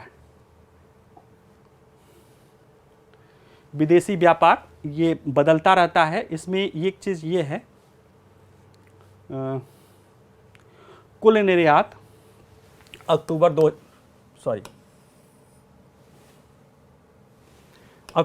2022 में कुल निर्यात वस्तुओं और सेवाओं का अक्टूबर 2022 महीने में 58.36 अरब डॉलर का था, जो इसी पिछले साल यानी अक्टूबर 2021 जो था उसमें 4.3% की वृद्धि, सकारात्मक वृद्धि दिखाता है। इसी तरह से अक्टूबर 2022 में आयात 73 अरब अमेरिकी डॉलर का था, जो वही अक्टूबर 2021 से 11.82% की वृद्धि दिखाता है। यहाँ पे देख सकते हैं, ये आंकड़े भी हैं, आंकड़े देख सकते हैं। चूँकि ये मंथली आता रहता है इसलिए ये एक रनिंग में चल रहा है, आप लोग देख लीजिएगा। चूँकि कई बार मैंने इसको डिस्कस कर रखा हूँ तो आप इसको पढ़ के जान सकते हैं। इसमें जो एक ये चीज़ें हैं कि अगर वस्तुओं का व्यापार देखा जाए, गुड्स का, तो अक्टूबर 2022 में वस्तु निर्यात 29.78 बिलियन अमेरिकी डॉलर रहा। अक्टूबर 2021 में ये 35.73 बिलियन अमेरिकी डॉलर रहा। यानी कि इसकी अपेक्षा इसमें क्या है, अक्टूबर 2021 की तुलना में इसमें गिरावट आई है। बाकी जगह पॉजिटिव ही रही है, थोड़ा कम ज़्यादा रही है, तो कहीं ना कहीं वस्तुओं का निर्यात कम हुआ है। ठीक है, ये एक थोड़ा सा चिंता का विषय है। बाकी आंकड़ा है, आप इसको देख लीजिएगा। अभी आतंकवाद के वित्त पोषण का मुकाबला करने के लिए नो मनी फॉर टेरर ये सम्मेलन हो रहा है, 75 देशों का सम्मेलन है, 18 से 19 चल ही रहा है, आज ख़त्म हो जाएगा। उस पे जो कुछ चर्चा चली है ना, उसमें जो कुछ मुद्दे हैं वो सभी आयाम, इसका इरादा जो है आतंकवाद के वित्त पोषण के सभी आयामों के तकनीकी, कानूनी, विनियामक और सहयोग के पहलुओं पर चर्चा करने से शामिल है। ठीक है, इस सम्मेलन का उद्देश्य पेरिस 2018 और मेलबर्न 2019 में अंतर्राष्ट्रीय समुदाय द्वारा आयोजित पिछले 2 सम्मेलनों में आतंकवाद के वित्त पोषण से निपटने से संबंधित चर्चाओं को आगे बढ़ाना है। अपने आंतरिक सुरक्षा में आपका टॉपिक है जीएस के यूपीएससी के जीएस पेपर 3 में आंतरिक सुरक्षा में मनी लॉन्ड्रिंग और मनी लॉन्ड्रिंग है, फिर आतंकवाद या अपराध इससे जो जुड़ा पहलू है, उसमें ये आतंकवाद का जो वित्त पोषण है उससे ये जुड़ा है। इसमें कई सारे मुद्दों पर चर्चा हो रही है। जैसे उसमें एक मुद्दा जो सबसे प्रमुख है, जो कई सारे मुद्दे हैं उसमें अगर आप देखें, आतंकवाद जो चर्चा की जाएगी, इसमें 4 सत्र चलेंगे, है ना, जो चल रहे हैं उसमें चर्चा की जाएगी। पहले सत्र में आतंकवाद और आतंकवादी वित्त पोषण में वैश्विक रुझान क्या है, यानी कि रुझान क्या दिखाई दे रहे हैं वैश्विक स्तर पे, आतंकवाद के औपचारिक और अनौपचारिक चैनलों का उपयोग क्या होगा, ठीक है, कि किस तरह से वित्त पोषण हो रहा है, और उभरती प्रौद्योगिकियाँ और आतंकवादी वित्त पोषण, ठीक है, ये तीसरा हो गया। और आतंकवादी वित्त पोषण से निपटने में चुनौतियों का सामना करने के लिए अंतर्राष्ट्रीय सहयोग। ठीक है, इसमें देखा गया है कि आतंकवादी वित्त पोषण के लिए नए नए माध्यमों का उपयोग कर रहे हैं चैनल, जैसे क्रिप्टो करेंसी एक तो था, दूसरा क्राउड फंडिंग भी एक बहुत बड़ा एक चुनौती के रूप में सामने आया है। वो आतंकवाद के फैलाव के लिए, वो प्रोपोगेट करने के लिए तो है ही है, मतलब सोशल मीडिया, लेकिन दूसरे क्या है कि ये क्राउड फंडिंग, उसके जरिए ये क्राउड से, मतलब क्राउड फंडिंग ये होता है जिसमें बड़े पैमाने पे लोग छोटे छोटे डोनेशंस के आधार पे वो देते हैं, जिसको पकड़ पाना, जान पाना बड़ा मुश्किल हो जाता है। तो ये एक चुनौती है, नहीं, उभरती चुनौती और आतंकवादी वित्त पोषण से चर्चा है। इसमें जो अभी निष्कर्ष निकलेगा आगे आने वाले न्यूज़ों में, समाचारों में रहेगा, फिर उसको हम पढ़ाएंगे। और ये आपके आंतरिक सुरक्षा वाले टॉपिक में बहुत इम्पॉर्टेंट है। ठीक है, इस साल भारत में देखा जाए तो ये एक उसने किया था, भारत ने किया था तीसरा, एक तो इंटरपोल का सम्मेलन हुआ था, आंतरिक सुरक्षा पे ही हुआ था, दूसरा संयुक्त राष्ट्र संघ का जो है काउंटर टेररिज्म सोसाइटी की हुई थी, तीसरा ये है नो मनी फॉर टेरर जो सम्मेलन है, इस पे किया जा रहा है। इसमें चूंकि पाकिस्तान को बाहर कर दिया गया है तो पाकिस्तान इसको लेके थोड़ा सा नाखुश है, नाराज़ है, ठीक है, लेकिन जो खुद ही आतंक को वो करना है, वो उसमें क्या उसको शामिल किया जाए। एक ये भी न्यूज़ था, केंद्रीय गृह मंत्रालय ने न्यूज़ दिया था, आप पीछे भी देखे होंगे कि ये रिपोर्ट है, हालांकि अभी इसका इंग्लिश वर्जन ही ये report home ministry of home affairs पे है, हिंदी वाली रिपोर्ट अभी नहीं आई है, जब आ जाएगी तो हम उसको आपको संक्षिप्त में करके दे देंगे। उसमें जो प्रमुख चुनौतियां बताई है, तो उसमें भारत बांग्लादेश सीमा पे बॉर्डर मैनेजमेंट है ना, आपका सीमाओं का प्रबंधन, आपका यूपीएससी के जीएस पेपर 3 में आंतरिक सुरक्षा में है सीमा क्षेत्रों की चुनौतियां और उनका प्रबंधन, उससे ये जुड़ा टॉपिक है। और अगर बांग्लादेश में अवैध घुसपैठ और सीमा पार गतिविधियां प्रमुख चुनौतियां हैं, इसके बारे में इन्होंने, जैसे ये प्रीकथ है कि भारत बांग्लादेश सीमा कुल इतनी किलोमीटर लंबाई है, इसमें क्या क्या किया गया है, 3145 किलोमीटर में कटीले तारों के बाढ़ कवर किए गए हैं, जो सरकार की योजना है, और क्या क्या है देख लीजिएगा। तो ये हमारे जो है, जो हमारी भारत बांग्लादेश की सीमा से लेकर जो चुनौती है, एक अवैध प्रवास गाइडलाइंस भी जारी हो चुकी है, उसके आंकड़े भी इसमें हैं। अगर आप देखें तो 16 नवंबर 2013 जो संसद में दिया गया था, भारत में लगभग 2 करोड़ 20 मिलियन 2 करोड़ अवैध बांग्लादेशी भारत में हैं। एक तो ये हमारे लिए क्या कर रहे हैं, कहीं ना कहीं वो हमारे लोअर लेवल पे जो रोज़गार है उसको वो प्रभावित कर रहे हैं, कि अगर ये 2 करोड़ लोग कहीं ना कहीं काम कर रहे होंगे, उसमें बच्चों को छोड़ भी दिया जाए तो भी तो 1 से 1.5 करोड़ 1 करोड़ लोग ही मान लें, चलो 1 से 1 ही करोड़ लोग मान लें काम कर रहे होंगे। तो ये काम क्या कर रहे होंगे, बहुत नीचे तबके पर काम कर रहे हैं, छुप के काम कर रहे हैं, तो पहचान बचा के काम कर रहे हैं, तो बहुत नीचे तबके पर काम कर रहे होंगे। तो ये कहीं ना कहीं हमारे समाज का, हमारे देश के जो सबसे गरीब तबका है उस 1 करोड़ लोगों का रोजगार ये छीन रहे हैं। क्यों, कैसे छीन रहे हैं? क्योंकि ये सस्ते दर पे काम करने के लिए तैयार हो जाते हैं। ठीक है, ये वहाँ से भाग के आए हैं, इसका मतलब है कि ये सर्वाइवल के लिए किसी भी स्थिति में काम करने के लिए तैयार हो जाएंगे। तो ये काम की परिस्थितियाँ भी जैसी भी वो तैयार हो जाते हैं। तो 1 करोड़ लोगों का कम से कम रोजगार छीन रहे हैं जो आंकड़े हैं उसके अनुसार। दूसरा क्या है कि ये लोग जो है जैसे अवैध गलत तरीके से आधार कार्ड, वोटर कार्ड भी बना के विभिन्न राज्यों में जो है उनकी जो डेमोग्राफी है उसको बदल दिए हैं। वहाँ की राजनीति और व्यवस्था में परिवर्तन दिखा है, जिससे ख़ास तौर से जो है आसाम और नॉर्थ ईस्ट के देशों में डेमोग्राफी चेंज होने के कारण जो जनजातीय क्षेत्र भी हैं उसमें अक्सर विवाद देखा गया है। और चूँकि उसमें से ज़्यादातर जो अवैध बांग्लादेशी आने वाले हैं, जो एक वैध तरीके से आए हैं 71 की लड़ाई के समय उनको छोड़ दिया जाए, जो अवैध तरीके से आए हैं उनमें ज़्यादातर जो है मुस्लिम आबादी है। और वो हमला उन पर एज अवैध बांग्लादेशी के रूप में अगर कोई बात होती है, जैसे किसी की रोज़गार जाती है तो हमला तो नहीं होना चाहिए, लेकिन जाती है या ये किसी गलत कार्यों में लिप्त होते हैं तो अगर गुस्सा होता है तो वो धार्मिक एंगल लिए होता है, जिस वजह से ये जो हमारा सोशल फैब्रिक है वो भी प्रभावित होता है। तो ये चीज़ें कही गई हैं इसमें। ठीक है, देख लीजिएगा भारत बांग्लादेश सीमा प्रबंधन के लिए क्या क्या प्रयास किए गए हैं। ये 3-4 पॉइंट है यहाँ पे है, और बाकी हम डिटेल में जब वो रिपोर्ट आ जाएगी, इंग्लिश में आ गई है, हिंदी में जब आएगी तो हम उसको तैयार करके वो एक दिन उसको एक टॉपिक में ही उसी किसी दिन के उसमें हम पढ़ा देंगे। उसी तरह से जो है पाकिस्तान सीमा पर ड्रोन से ड्रग्स, हथियार और गोला बारूद।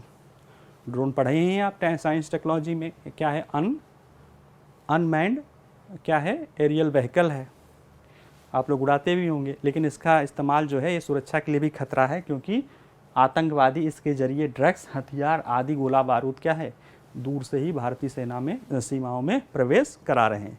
जिन पहले हथियारों ड्रग्स को लेकर आने के लिए लोगों को जाने की ज़रूरत पड़ती थी, अब ड्रोन के जरिए भेज दे रहे हैं। एक चिंता का विषय है। ठीक है ना, ये आंकड़े देख लीजिए। फिर वहीं सीमाओं के प्रबंधन, आतंकवाद और सीमाओं का प्रबंधन जो हम पढ़ेंगे उसी का ये हिस्सा है जीएस के, यूपीएससी के जीएस पेपर 3 मेंस में। एक महिला आयोग, राष्ट्रीय महिला आयोग ने एक परियोजना डिजिटल शक्ति 4.0 चलाया है। ये डिजिटल शक्ति जो है महिलाओं को डिजिटल रूप से कुशल बनाने और ऑनलाइन माध्यम से किसी अवैध या अनुचित गतिविधि से खिलाफ खड़े होने के लिए जागरूक बनाने के लिए है। ठीक है, अगर देखा गया है कि महिलाएं डिजिटल माध्यमों से ज़्यादा शिकार होती हैं, बुलिंग होती हैं, उनके साथ जो है मतलब वो ज़्यादा पीड़ित हैं। सभी उसमें ज़्यादातर लोग पीड़ित हैं, लेकिन महिलाओं की संख्या पुरुषों की अपेक्षा डिजिटल माध्यम पे ज़्यादा है। जैसे कि वो इसलिए महिला आयोग, मेटा और साइबर पीस फाउंडेशन एक है, निजी संगठन है, एनजीओ है, और मेटा जो है वो ऑर्गेनाइजेशन है जो व्हाट्सएप, फेसबुक और इंस्टाग्राम की पेरेंटिंग कंपनी है जुकरबर्ग की, उसके साथ मिलके ये मिशन डिजिटल शक्ति 1.4 ये चौथा उसका संस्करण है, लॉन्च किया गया है। ठीक है, तो ये आप देख लीजिएगा, महिलाओं के सशक्तिकरण में काम देगा। ठीक है, आंतरिक सुरक्षा में जो प्रयास किए जा रहे हैं सरकार द्वारा, जब आप बताते हैं किसके, जो सोशल मीडिया का आंतरिक सुरक्षा की चुनौतियों में, उसमें इसका इस्तेमाल आप उदाहरण के रूप में करेंगे, एग्जाम्पल के रूप में, कि राष्ट्रीय महिला आयोग ने मेटा और साइबर पीस नामक संगठन के साथ मिलकर मिशन डिजिटल शक्ति 4.0 प्रोग्राम लॉन्च किया है, जो महिलाओं को इस तरह से डिजिटल चुनौतियों से मजबूती से लड़ने के लिए प्रिपेयर करती है। ठीक है, 3 लाख से अधिक महिलाओं को साइबर सुरक्षा परामर्श आदि दिया गया है। तो ये आप कर लीजिएगा। अब इंटरनेशनल में कोई ख़ास नहीं, भारत मालदीव के बीच में जो है, अगर भारत मालदीव संबंध का आएगा तो आप पढ़े होंगे, इसमें एक उदाहरण है कि भारत ने मालदीव के जो है जो प्रशासनिक अधिकारी हैं उनको ट्रेनिंग देने के लिए क्या किया था, अभी एक बैच निकाला है। इसके लिए 2019 में प्रधानमंत्री जब मालदीव गए थे तो उन्होंने इसलिए कहा था कि हम 5 वर्षों में राष्ट्रीय सुशासन केंद्र है हमारे यहाँ विदेश मंत्रालय के अंतर्गत, उसमें 1000 सिविल सेवकों को ट्रेंड करेंगे नई नई ज़रूरतों, सुशासन, गुड गवर्नेंस से जुड़ी जो आज की जो भारत का अनुभव या आगे ज़रूरतें हैं, उन देशों के 1000 सिविल सेवकों को इसमें ट्रेनिंग दिया जाएगा। ठीक है। अमेरिका और भारत के बीच में इकोनॉमिक फाइनेंशियल पार्टनरशिप की 9वीं बैठक हुई है। इसमें सब कुछ बातों के साथ साथ जो 2-3 बातें कही गई हैं वो चलती रहती हैं। 9वीं हुई है, यानी इसके पहले 8 हो चुकी हैं।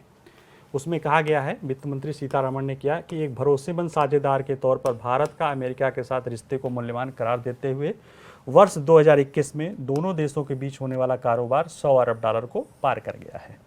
ठीक है, यानी भारत अमेरिका के बीच आप जो संबंध पढ़ेंगे, अंतर्राष्ट्रीय संबंध, उसमें एक पहलू ये भी है कि 2021 में हमारा द्विपक्षीय व्यापार $100 अरब को पार कर गया है। इसमें और अच्छी, जैसे चीन से भी हमें $100 अरब से ज़्यादा का व्यापार होता है, लेकिन उसमें हमारा निर्यात कम है, आयात ज़्यादा है। अमेरिका के साथ व्यापार में ये है कि हमारा व्यापार अमेरिका के प्रति संतुलित है, यानी हमारा निर्यात ज़्यादा है, आयात कम है। और 12 सालों में रक्षा, भारत और अमेरिका के बीच रक्षा व्यापार, यानी 12 साल पहले जो 0 था अब ये $20 अरब हो गया है। ठीक है, तो यानी हम रणनीतिक रूप से भी अमेरिका के साथ हमारे संबंध मजबूत होते जा रहे हैं। ठीक है, और अमेरिका से भी कहा कि वैश्विक परिस्थितियाँ इतनी विकट रही हैं, लेकिन इसके बावजूद भी भारतीय अर्थव्यवस्था का विकास पर असर नहीं पड़ा है और भारतीय वैश्विक अंधकार के बीच एक चमकता स्थान है ना, ब्राइटन स्पॉट जिसे बोलते हैं, ऐसे में हमारे यहाँ निवेश करिए, वो करिए। ठीक है, तो वो सारी चीज़ें हैं। एक ये भी न्यूज़ है आपके लिए, यूके भारत के बीच में प्रधानमंत्री 14 नवंबर 2016 को G20 सम्मेलन के साथ ही जो है इनसे सुनक जी से मिलते हैं अमेरिका वहाँ पे G20 सम्मेलन में। और इसके बाद जो है जो यूके है वो एक प्रोफेशनल कार्यक्रम लाता है, यंग प्रोफेशनल एक्सचेंज कार्यक्रम, वर्ष 2023 से रहेगा, आगे आने वाले वर्षों के लिए जो है। इसमें 3000 पेशेवर लोगों को, 3000 स्किल्ड लोगों को जो है वो अपने यहाँ हर साल वीज़ा देगा। ठीक है, और इस तरह से मतलब ये भारत ही एकमात्र ऐसा देश है जिसके लिए ये स्पेशल प्रोग्राम चलाया गया है। यूके सरकार क्या कह रही है कि भारत इस तरह की योजना से लाभान्वित होने वाला पहला देश है। ठीक है, जैसा कि आपको पता है कि यूके में भी स्थितियाँ संकट, आर्थिक संकट की तरफ जा रही हैं और उन्हें बहुत उम्मीद है कि इससे भारत से कि भारत उनके साथ FTA करे। और भारत जो विकसित देशों के, कई सारे देशों के साथ FTA में होता है, विकसित देश वस्तुओं के फ्री आवागमन पे बात करते हैं, और भारत जो है सेवाओं पे और ख़ास तौर से हमारे लिए जो स्किल्ड लेबर हैं उनके ये वहाँ पे रोक लगाते हैं, क्योंकि वो जाएंगे तो कहीं ना कहीं 3000 लोग यहाँ से जाएंगे, 3000 ब्रिटेन के स्किल लोगों के रोज़गार प्रभावित होंगे। हालांकि वहाँ की अर्थव्यवस्था में योगदान भी देंगे क्योंकि ये हाईली एजुकेटेड लोग होते हैं। तो ये प्रभाव है, ये भारत और यूके के संबंध में एक करंट डेवलपमेंट है। हमारे GS के पेपर 2 में जो ना विकसित विकासशील देशों के साथ जो द्विपक्षीय संबंध है उसमें ये जुड़ेगा। ठीक है, इसके प्री में भी बहुत इंपॉर्टेंट है, देख लीजिएगा। जैसे अगर दोनों के संबंधों के बारे में जो मीठी मीठी बातें की जाती हैं, ऋषि सुनक के कार्यालय डाउनिंग स्ट्रीट ने एक, जैसे जो वहाँ के प्रधानमंत्री कार्यालय है उसको डाउनिंग स्ट्रीट बोला जाता है, एक प्रेस नोट, और वहाँ के जो उनका आवास 10 डाउनिंग स्ट्रीट के नाम से है। जैसे यहाँ 5 जो है भारत में 7 रेसकोर्स रहा, अब 7 लोक कल्याण मार्ग हो गया प्रधानमंत्री आवास, उसी तरह से है। तो इसने क्या कहा है कि इंडो पैसिफिक क्षेत्र में लगभग किसी भी देश की तुलना में यूके का भारत के साथ अधिक गहरा संबंध है। बिल्कुल है, हमारा उनके साथ औपनिवेशिक संबंध लंबा रहा है, तो वो कई सारी चीज़ें हम उन्हीं से चीज़ें उन्हीं की डेवलपमेंट से अभी भी चल रही है। बुरा भी अनुभव रहा, अच्छा भी रहा, लेकिन ये है कि संबंध रहा है। यूके में तकरीबन 1/4 अंतर्राष्ट्रीय छात्र, यानी जितने छात्र अमेरिका में पढ़ते हैं उसमें 1/4 भारत के हैं, और भारतीय निवेश में यूके में 95,000 रोजगार का सृजन होता है। यानी कि इंडियन इन्वेस्टमेंट यूके में बहुत बड़ी मात्रा में है, जिससे लगभग 95,000 यानी 1 लाख लोगों को इंग्लैंड में रोजगार भारतीय निवेश से मिलता है। ठीक है, तो ये थोड़ी बातें हैं, बाकी आप जो भी आगे डेवलपमेंट होगा वो देख लेंगे। कहा भी गया है कि जैसे ही उन लोगों ने मिला तो ऋषि सुनक ने एक दोस्ती का हाथ मजबूरी में सही या जिसका सही उन्होंने बढ़ाया है कि 3,000 भारतीय प्रोफेशनल्स को अपने यहाँ रोजगार अगले साल वीज़ा देने के लिए क्या किया है, कर दिया है। ठीक है, जो 18 से 30 साल के होंगे और प्रोफेशनल डिग्री धारक होंगे। ठीक है, 2 साल के लिए होगा, 2 साल काम करने के लिए उनको प्रोफेशनल डिग्री दिया जाएगा। भारत ने एक न्यूज़ ये भी है, इम्पॉर्टेंट है, इन्वायरमेंट एंड इकोलॉजी में बहुत सारे न्यूज़ हैं लेकिन ये इम्पॉर्टेंट है, आज थोड़ा सा धीरे धीरे किए। United nation framework convention of conference of party के समक्ष अपनी दीर्घकालीन लॉन्ग टर्म लो उसको क्या कहते हैं, उत्सर्जन कम उत्सर्जन विकास रणनीति को इसने जो है भारत ने अपनी दीर्घकालीन कम उत्सर्जन विकास रणनीति प्रस्तुत की है 2000 उसमें जो है। ठीक है, कहाँ प्रस्तुत की है, COP पार्टियों के सम्मेलन COP 27 में। कहाँ हो रहा है, शर्म अल शेख मिस्र में हो रहा है। ठीक है, किसने प्रस्तुत की, पर्यावरण वन जलवायु मंत्री, ये सब प्री के आंकड़े हो गए हैं। क्या प्रस्तुत की, दीर्घकालीन कम उत्सर्जन विकास रणनीति। क्या है ये रणनीति, इसमें देखिए ये है, मुख्य विशेषताएं क्या क्या है ये हम देखते हैं। ठीक है, ये हमारे मेंस के लिए इन्वायरमेंट और इकोलॉजी प्री के लिए भी इम्पॉर्टेंट है, और मेंस में हमारे इन्वायरमेंट और इकोलॉजी का तो हिस्सा है ही है। ये चूँकि ऊर्जा और चूँकि पर्यावरण से जुड़ा हुआ मुद्दा है, पर्यावरण कहीं न कहीं ग्रीन हाउस गैस उत्सर्जन से जुड़ा हुआ मुद्दा है। ग्रीन हाउस गैस के उत्सर्जन में ऊर्जा सेक्टर का बहुत बड़ा योगदान है, उसमें जीवाश्म कोयला आदि विद्युत सेक्टर का। ऐसे में अगर यहाँ पे कोई फैसला होगा तो उसका प्रभाव किस पे पड़ेगा, उत्सर्जन की कमी पर पड़ेगा। उत्सर्जन की कमी का फैसला पड़ेगा तो ऊर्जा सेक्टर पे पड़ेगा। अब वो अगर उसके सकारात्मक या नकारात्मक इसके जो भी पहलू होंगे उसका प्रभाव देश की अर्थव्यवस्था पर पड़ेगा और फलते पूरे देश पे पड़ेगा। ठीक है, तो इतने गहराई से इसको हमें समझने की ज़रूरत है। इसमें क्या कहा गया है, ऊर्जा सुरक्षा को ध्यान में रखते हुए राष्ट्रीय संसाधनों के तर्कसंगत उपयोग पर विशेष ध्यान दिया जाएगा।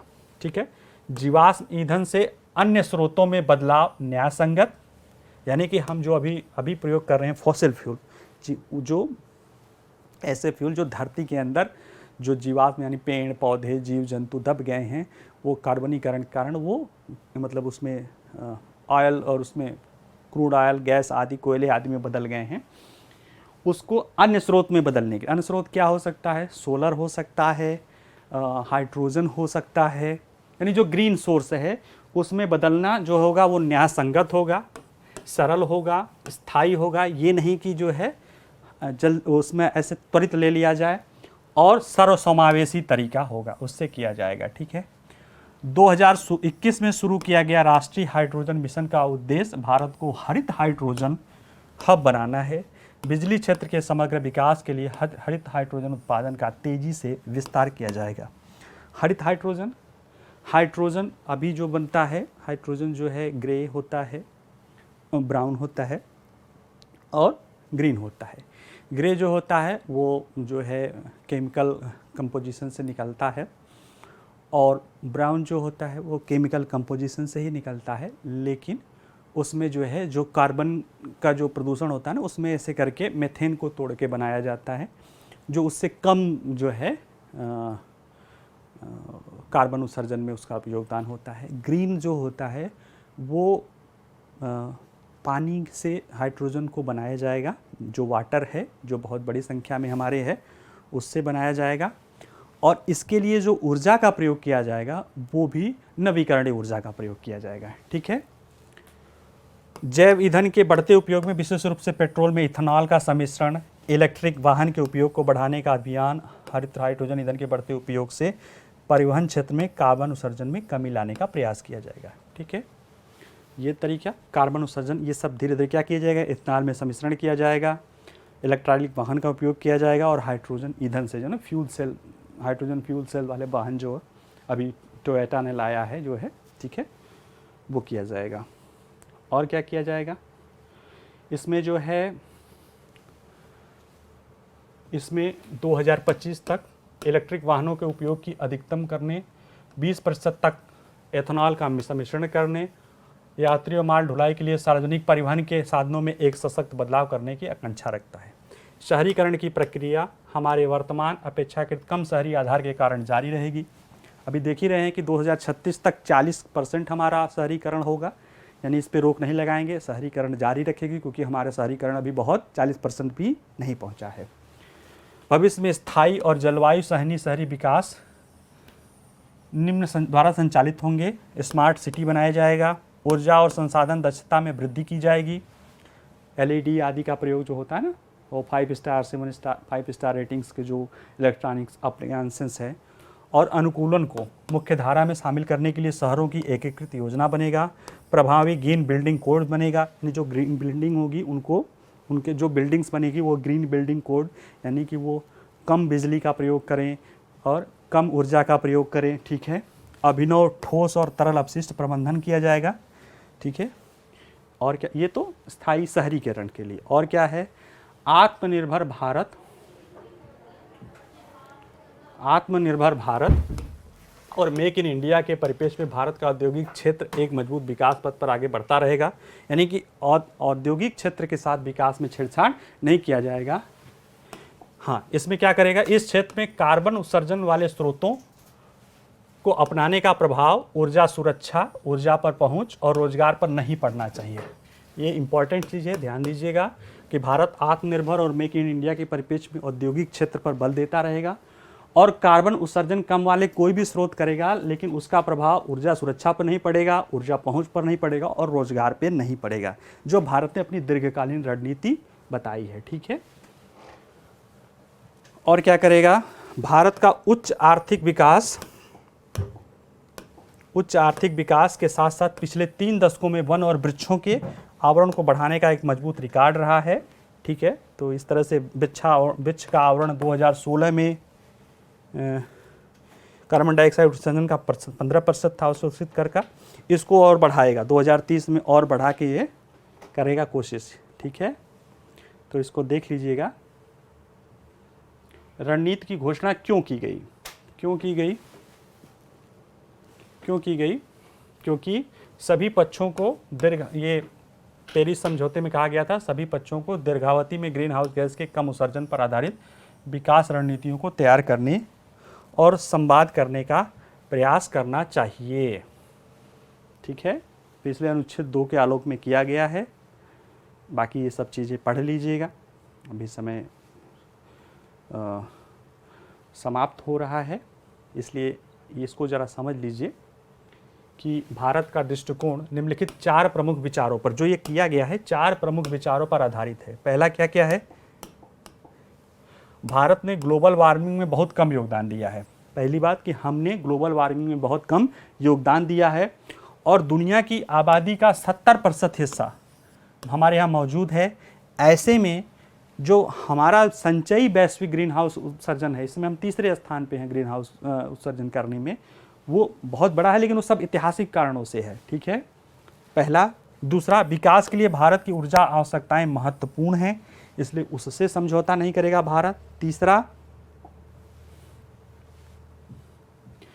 विकास हेतु कम कार्बन रणनीतियों का पालन करने के लिए प्रतिबद्ध है, यानी हम पालन करेंगे और राष्ट्रीय परिस्थितियों के अनुरूप सक्रिय रूप से इनका अनुसरण कर रहा है। और चौथा, भारत को जलवायु सहनशील होने की ज़रूरत है, यानी जलवायु परिवर्तन के कारण जो समस्याएं उत्पन्न होंगी उसके प्रति सहनशील होने की ज़रूरत है। क्या है इसकी जो रणनीति है, उसके 4 आधार हैं। क्या है, ऐतिहासिक रूप से भारत, उसके जो 17% जनसंख्या है और उसमें बहुत कम उसका योगदान है, इसलिए जो है वो है। दूसरा क्या है, भारत के विकास के लिए ऊर्जा की आवश्यकताएं महत्वपूर्ण हैं।